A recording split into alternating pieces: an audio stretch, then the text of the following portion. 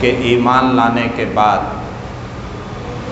جب آدمی اچھے عمل کرتا ہے، اچھے کرم کرتا ہے، اپنے سیرت و کردار کو اچھائیوں سے آراستہ و پیراستہ کرتا ہے، تو پھر وہ اللہ کی نظر میں سب سے بہترین مخلوق ہیں۔ اولئک ھم خیر البریہ، سب سے بہترین مخلوق۔ ان اچھائیوں میں سے اور اچھے عمل میں سے کچھ عمل کا تذکرہ ان آیتوں میں ہے۔ اللہ تعالیٰ ارشاد فرما رہا ہے وَالَّذِينَ صَبَرُوا ابْتِغَاءَ وَجْهِ رَبِّهِمْ، کہ اللہ کی رضا اور خوشنودی چاہنے کے لیے جو صبر کرتے ہیں، اور صبر کا سب سے اونچا درجہ یہ ہے کہ آدمی اپنے آپ کو برائیوں سے بچا کر نیکیوں پر جمع دے، ہر صورت میں نیکیوں کی پابندی کرے، حالات جیسے بھی ہوں، لیکن اپنے آپ کو اچھے کرم اور اچھے عمل پر جمائے رکھے۔ پھر ان اچھے عمل میں سے سب سے پہلے اللہ تعالیٰ نے تذکرہ فرمایا وَأَقَامُوا الصَّلَاةَ، نماز قائم رکھتے ہیں، نماز کی پابندی کرتے ہیں۔ قرآن کریم میں طرح طرح کی نیکیوں کا تذکرہ ہے۔ نبی اکرم صلی اللہ علیہ وسلم نے ہر طرح کی نیکیوں پر ابھارا، برائیوں سے بچنے کی تلقین کی، لیکن سب سے زیادہ جس نیکی پر آپ نے ابھارا وہ نیکی نماز کی پابندی ہے، اور سب سے زیادہ جس گناہ کی سنگینی کو آپ نے بتایا وہ نماز چھوڑنے کا گناہ ہے۔ یہاں تک کہ نماز چھوڑنے والوں کا تذکرہ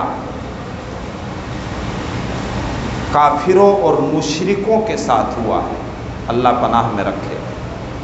وَأَقِيمُوا الصَّلَاةَ وَلَا تَكُونُوا مِنَ الْمُشْرِكِينَ، نماز کی پابندی کرو اور مشرکوں میں سے مت ہو جاؤ، شرک کرنے والوں میں سے مت ہو جاؤ۔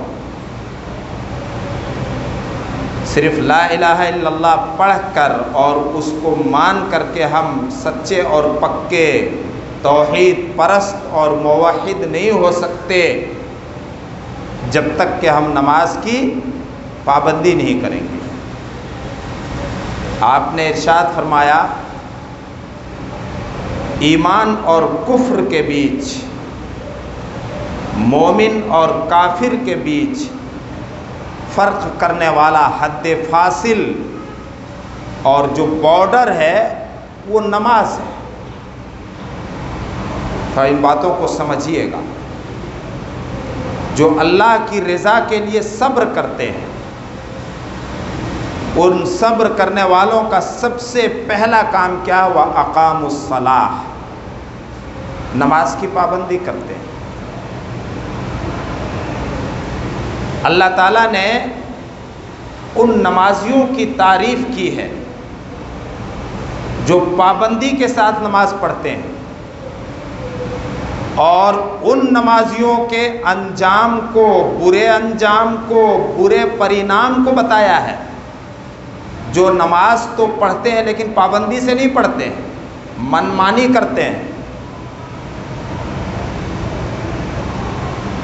کہ جو نمازوں کی حفاظت کرتے ہیں، پانچوں نماز پابندی کے ساتھ اور اہتمام کے ساتھ پڑھتے ہیں، کل قیامت کے دن جب ہمارا اور آپ کا فیصلہ ہوگا جنتی اور جہنمی ہونے کا، تو پھر سب کے سامنے اللہ رب العالمین کی طرف سے اعلان ہوگا، اولئک ہم فی جنات مکرمون، کہ ان کو جنت اس لیے مل رہی ہے، جنت میں ان کی آؤ بھگت اس لیے ہوگی، جنت کے اندر ان کی عزت افزائی اس لیے ہوگی کہ یہ نمازوں کی حفاظت اور پابندی کرتے تھے۔ کل قیامت کے دن اللہ رب العالمین کی طرف سے پوچھا جائے گا، جنتی جہنمیوں سے پوچھیں گے، ما سلککم فی سقر، دنیا میں تم بڑے اونچے منصب پر تھے، اونچے پد پر تھے، سماج اور معاشرے میں تمہارا ایک وزن تھا، تمہارے بغیر کوئی سماجی کام انجام نہیں پاتا تھا، ہر مجلس اور محفل کی تم زینت بنتے تھے، ہر مجلس میں تمہیں ادھیکش اور صدر بنایا جاتا تھا، دنیا کے لوگوں کی نظروں میں تمہارا ایک اونچا مقام تھا، لیکن ما سلککم فی سقر، آج جہنم کی آگ میں کیوں پڑے ہوئے ہو؟ ذرا سا اپنے آپ کو بدلنے کے لیے یہ سب آیتیں اور حدیثیں سنیے گا۔ میرا منہ ہے، میری زبان ہے، لیکن قول یا تو اللہ کا ہے یا اس کے رسول کا ہے۔ ما سلککم فی سقر، دنیا میں تمہاری زندگی دیکھ کر کے لوگوں کے منہ میں پانی آ جایا کرتا تھا، آنکھیں چندیا جایا کرتی تھی، بڑی شاندار بڑی چمک دمک کی زندگی تھی، لیکن ما سلککم فی سقر، آج جہنم کی آگ میں کیوں جل رہے ہو؟ جو آگ دنیا کی آگ سے 69 گنا زیادہ گرم ہے اور اذیت ناک اور تکلیف دہ ہے۔ وہ اپنے گناہوں کو گنائیں گے، اب اقرار کریں گے، لیکن اس وقت کا اقرار، اس وقت کا ماننا کچھ کام نہیں آئے گا۔ قالوا لم نک من المصلین، یہ پہلا گناہ گنائیں گے، وہ کہیں گے کہ ہم نمازی نہیں تھے، ہم نماز پڑھنے والوں میں سے نہیں تھے۔ آپ اپنے ذہن و دماغ میں یہ سوال لے کر آج گھر کو لوٹیں، خطبہ جمعہ کے بعد، جمعے کی نماز کے بعد، کہ کیا کل ہم اپنی زبان سے جہنم کی آگ میں پڑھ کر کے یہ کہنا گوارا کریں گے؟ قالوا لم نک من المصلین، ہم نمازیوں میں سے نہیں تھے۔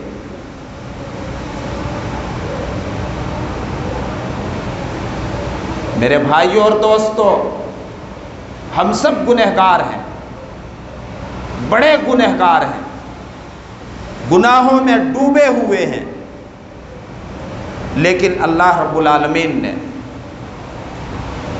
گناہوں کو مٹانے کا ایک بڑا ذریعہ اور ایک بڑی عبادت نماز کو قرار دیا ہے۔ اللہ کے رسول صلی اللہ علیہ وسلم نے فرمایا، ان للہ ملکا ینادی عند کل صلاۃ یا بنی آدم قوموا الی نیرانکم اوقدتموها فاطفئوها بالصلاۃ، اللہ کی طرف سے ہر نماز کے وقت ایک فرشتہ اعلان کرتا ہے. فرشتے کے اعلان کو انسان سن نہیں سکتا، اور فرشتے کے اعلان سے پہلے مسجد سے یہ اعلان کیا جاتا ہے اذان کی شکل میں، اذان کے کلمات کی شکل میں، کہ اللہ سب سے بڑا ہے، اللہ سب سے بڑا ہے. اے انسان اب تمہارا کام بڑا نہیں، اے انسان اب تمہارا آرام بڑا نہیں، اے انسان اگر تم کسی میٹنگ اور مجلس میں بیٹھے ہو تو اب وہ تمہاری میٹنگ اور مجلس کا کام بڑا نہیں، نماز کا وقت ہو چکا ہے، اب اللہ بڑا ہے، اور اس بڑی ہستی کے سامنے کھڑے ہونے کے لیے تیار ہو جاؤ. حضرت عائشہ رضی اللہ تعالی عنہا سے کسی نے پوچھا، اللہ کے رسول صلی اللہ علیہ وسلم جب گھر کے اندر ہوتے تو گھر کے اندر آپ کی عادتیں کیا تھیں، آپ کا روٹین کیا تھا، آپ کا معمول کیا تھا؟ حضرت عائشہ نے جواب دیا، بیوی سب سے زیادہ اپنے شوہر کا حال جانتی ہے. اللہ کے رسول کے بارے میں حضرت عائشہ نے جواب دیا، جب آپ گھر سے باہر سے آپ گھر تشریف لاتے تو گھر کے کام کاج میں آپ ہاتھ بٹاتے تھے. اللہ اکبر. باہر آپ دعوت و تبلیغ کا کام کر رہے ہیں، طرح طرح کے حالات سے جھوج رہے ہیں، دشمنوں سے آپ کا پالا پڑ رہا ہے، جو آپ کی دعوت کو ٹھکرا رہے ہیں، کچھ لوگ آپ کی دعوت کو قبول کر رہے ہیں، آپ کے دشمن آپ کے ساتھ گستاخیاں کر رہے ہیں. ایسے میں آدمی نروس ہو جاتا ہے، موڈ آف ہو جاتا ہے، گھر جا کر کے آرام کرنا چاہتا ہے، موڈ فریش کرنا چاہتا ہے. لیکن رسول سے، رسول کی بیوی کے بارے میں پوچھا جا رہا ہے، آپ گھر کے اندر جب باہر سے تشریف لاتے تو آپ کیا کرتے تھے؟ آپ جواب دیتے ہیں، حضرت عائشہ جواب دیتی ہیں، آپ گھر کے کام کاج میں ہاتھ بٹاتے تھے. آج ہمارا اکثر و بیشتر وقت کام کاج سے جو بچتا ہے وہ بیہودہ کاموں میں گھروں سے باہر گزرتا ہے، اور الٹے آ کر کے ہم اپنی بیوی پر روب اور دھوس جمانا چاہتے ہیں، اس کی کسی بھی کمی کوتاہی کو برداشت نہیں کرنا چاہتے ہیں. رسول کی زندگی میں بہترین نمونہ اور آئیڈیل ہے مسلمانوں.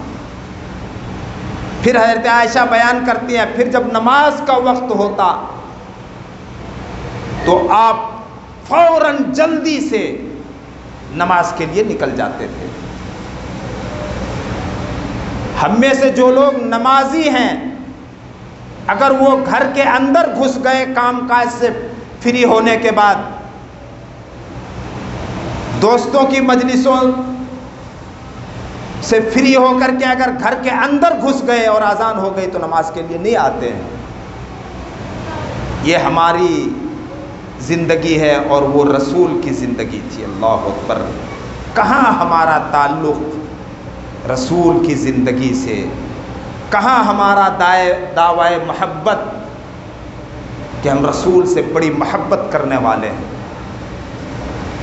تو نماز کا وقت ہوتا ہے تو مؤذن اللہ کی کبریائی کا اعلان کرتا ہے، کامیابی کی طرف پکارتا ہے، نماز کی طرف پکارتا ہے. ان کلمات کو ہم سنتے ہیں، اور ایک فرشتہ بھی اعلان کرتا ہے اللہ کی طرف سے. فرشتہ کیا کہتا ہے؟ یا بنی آدم، اے انسانوں، اے انسانوں، قوموا الی نیرانکم اوقدتموہا، وقت آ چکا ہے، وقت ہو چکا ہے، اس آگ کو بجھانے کے لیے کھڑے ہو جاؤ۔ ایک آگ ہے جو ہم اپنے کرتوت سے اور اپنے عمل سے جلاتے اور دہکاتے ہیں۔ ہم اپنے گناہوں سے اس آگ کو دہکاتے ہیں، اپنے گناہوں سے اس آگ کو جلاتے ہیں۔ اس آگ کو پانی سے یا فائر بریگیڈ سے نہیں بجھایا جا سکتا ہے۔ فرشتے کے اعلان کو سن نہیں سکتے۔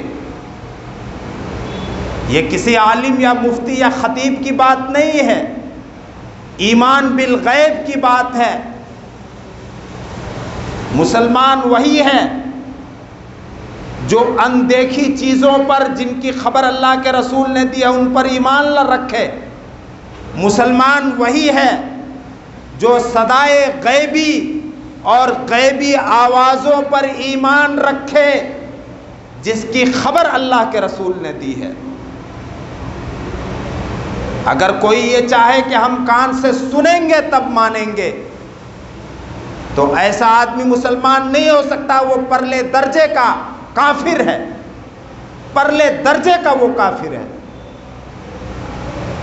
فرشتہ اعلان کرتا ہے، یا بنی آدم، اے انسان، تم نے فجر کی نماز پڑھ لی تھی، اب ظہر کی اذان ہو رہی ہے، یہ کچھ گھنٹوں میں تم سے کچھ ایسے گناہ کے کام ہوئے جان بوجھ کر اور انجانے میں جن کاموں نے تمہارے لیے جہنم کی آگ کو دہکا دیا ہے اور بھڑکا دیا ہے، اس آگ کو بجھانے کے لیے اٹھ کھڑے ہو جاؤ۔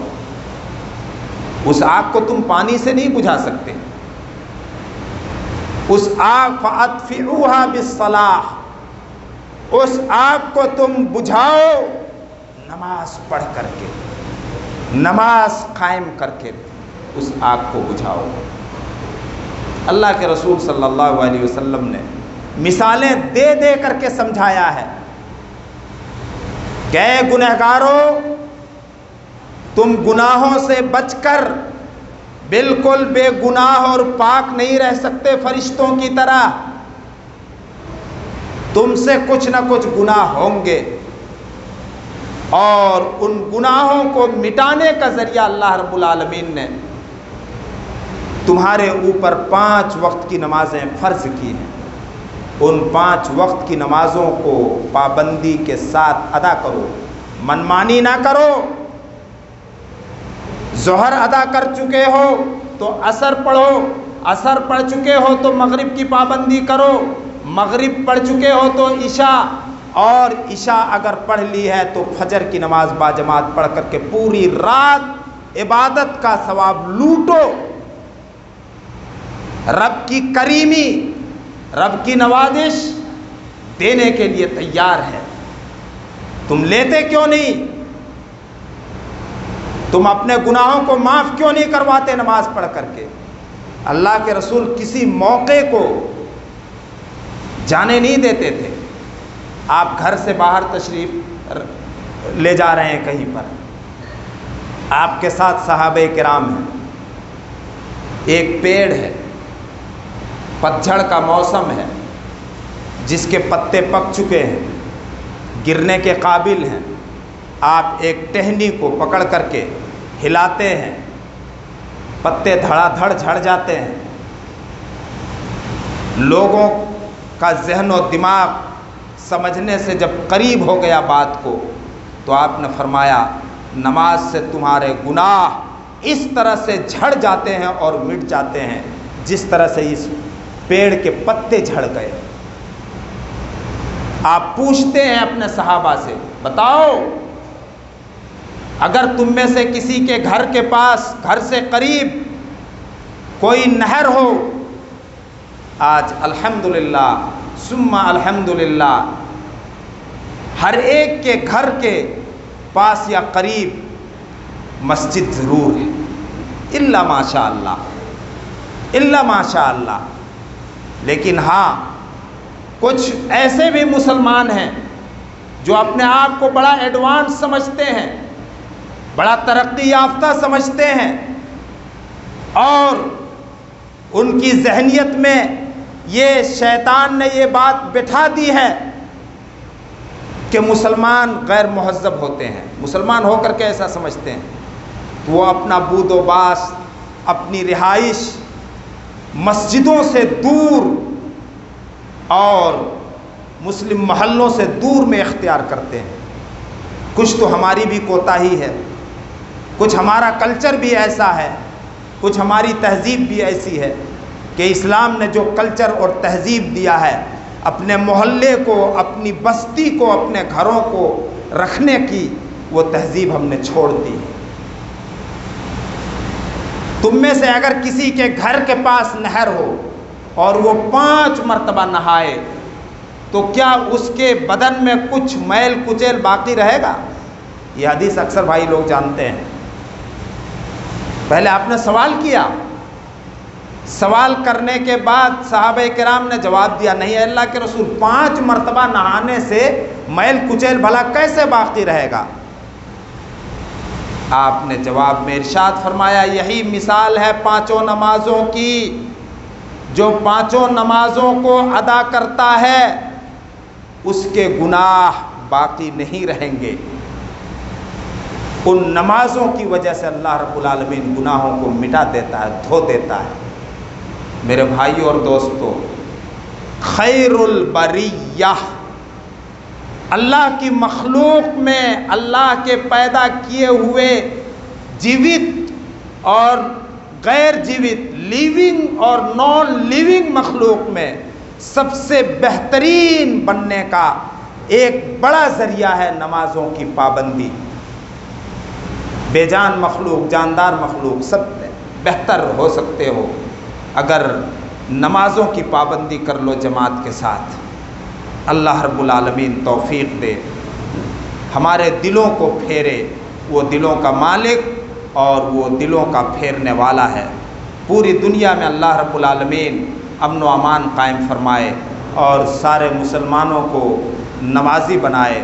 اللہ تعالیٰ ان بیماروں کو شفائے کلی نصیب فرمائے جو ہم میں سے بیمار ہیں، اور ہم سب کو بیماری سے بچائے، اور ان مصیبت زدہ پریشان حال لوگوں کو مصیبت اور پریشانی سے نجات دے جو پریشانیوں میں مبتلا ہیں۔ بارک اللہ لنا ولکم فی القرآن الحکیم ونفعنا وإیاکم بالآیات والذکر الحکیم، انہ تعالی جواد کریم ملک بالرؤوف الرحیم۔